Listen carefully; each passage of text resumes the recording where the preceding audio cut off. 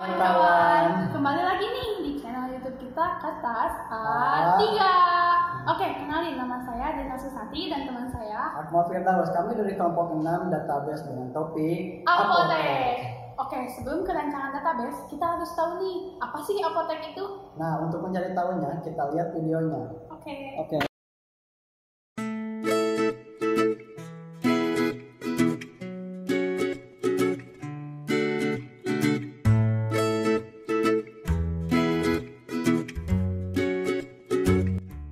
Apotek adalah toko tempat meramu dan menjual obat berdasarkan resep dokter serta memperdagangkan barang medis. Rumah obat adalah tempat menjual dan kadang membuat atau meramu obat. Apotek juga merupakan tempat apoteker melakukan praktisi profesi farmasi sekaligus menjadi peritel. Kata ini berasal dari kata bahasa Yunani apotheca yang secara harfiah berarti penyimpanan. Nah, sekarang kalian jadi tahu kan apa itu apotek? Dan untuk selanjutnya, kita ke rancangan database-nya. Nah, ini rancangan database apotek yang kita buat. Oke, tabel-tabelnya yaitu ada tabel transaksi yang beratribut ID transaksi sebagai primary key tabel transaksi. Atribut selanjutnya yaitu ID member card yang mana turunan dari tabel member card. Apa fungsinya? Adalah untuk mengetahui apakah punya atau tidak si pelanggan mempunyai member card. Atribut selanjutnya di tabel transaksi yaitu bukti ID sebagai turunan dari tabel bukti.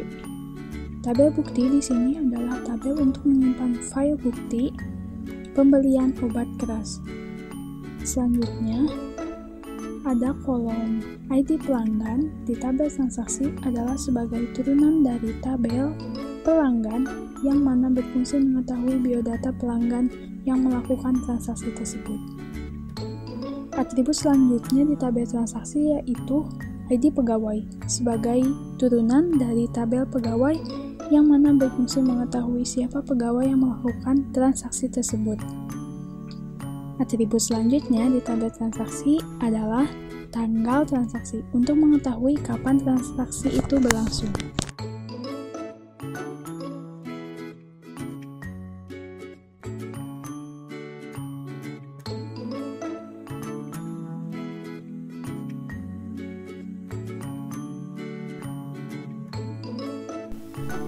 Nah, kemudian ada tabel obat. Atributnya adalah ID obat sebagai primary key tabel obat. Lalu ada atribut ID stok obat yang merupakan turunan dari tabel stok obat. Gunanya adalah mengetahui berapa banyak obat dengan ID obat tersebut yang masih tersedia. Kemudian atribut selanjutnya di tabel obat adalah ID harga untuk mengetahui berapa harga obat tersebut dengan ID yang tertera. Atribut tersebut merupakan turunan dari tabel harga. Atribut selanjutnya adalah ID rak sebagai turunan dari tabel rak. Tabel rak tersebut berelasi dengan tempat rak yang mana berfungsi di mana tempat rak tersebut. Atribut selanjutnya di tabel obat adalah ID golongan sebagai turunan dari tabel golongan. Atribut selanjutnya adalah ID stock of name yang merupakan turunan dari tabel stock of name. Atribut selanjutnya adalah nama obat, lalu indikasi obat, lalu expired date, lalu create by, create date, update date, update by, serta satuan obat tersebut.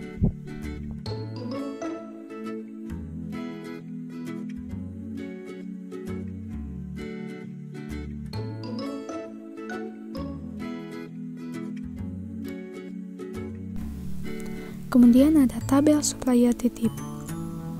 Gunanya adalah untuk mendata supplier-supplier yang berasal dari non-farmasi yang beratribut ID titip, ID jenis supplier yang merupakan turunan dari tabel jenis supplier. Kemudian ada atribut stock of name ST, harga supplier, harga jual, satuan, nama obat, nama supplier, nama obat, alamat, nomor telepon ST, expired obat ST.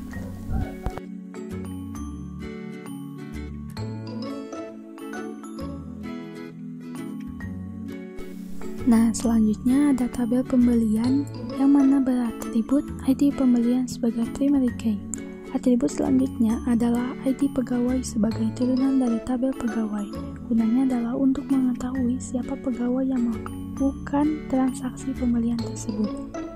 Kemudian ada atribut ID supplier sebagai turunan dari tabel supplier. Gunanya adalah untuk mengetahui informasi obat itu berasal dari supplier mana. Tabel supplier tersebut berelasi dengan jenis supplier. Agar mengetahui jenis supplier, apa supplier tersebut.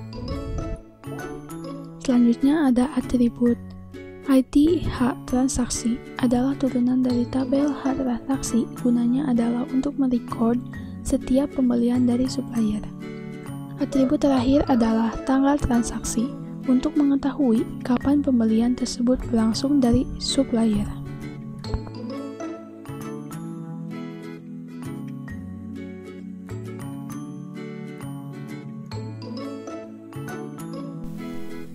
Ada tabel stock of name yang berelasi dengan stok obat. Gunanya adalah untuk membandingkan apakah sesuai stok obat yang ada di sistem dengan keadaan fisiknya.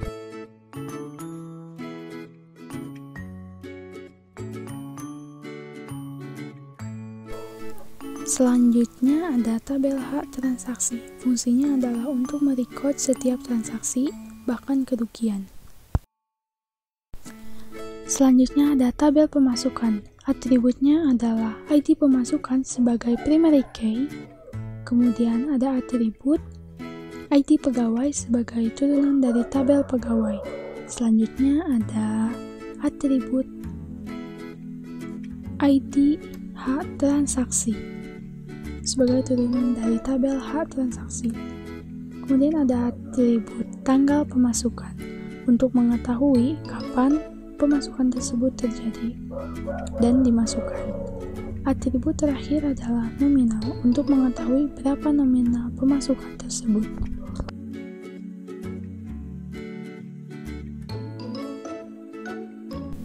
Selanjutnya ada tabel transaksi details yang beratribut ID transaksi detail sebagai primary key. Kemudian ada atribut ID pegawai sebagai turunan dari tabel pegawai. Atribut selanjutnya yaitu ID obat sebagai turunan dari tabel obat. Kemudian ada uang yang diterima sekaligus dengan uang kembali untuk menghitung cepat. Dan atribut terakhir adalah total.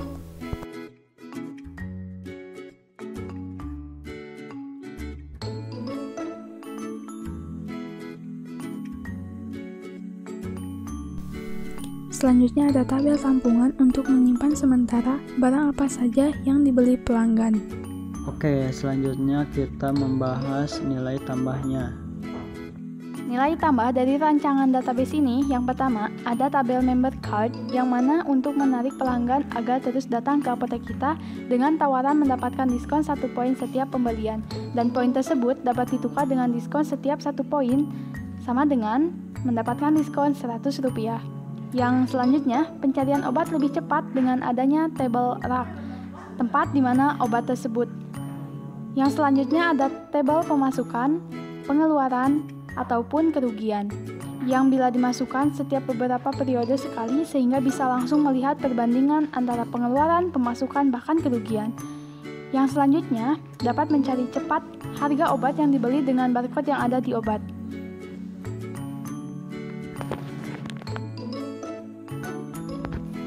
Nah, itulah video pembahasan dari kelompok kami. Untuk pembahasan selanjutnya dari bahasan ini, saksikan di part selanjutnya yang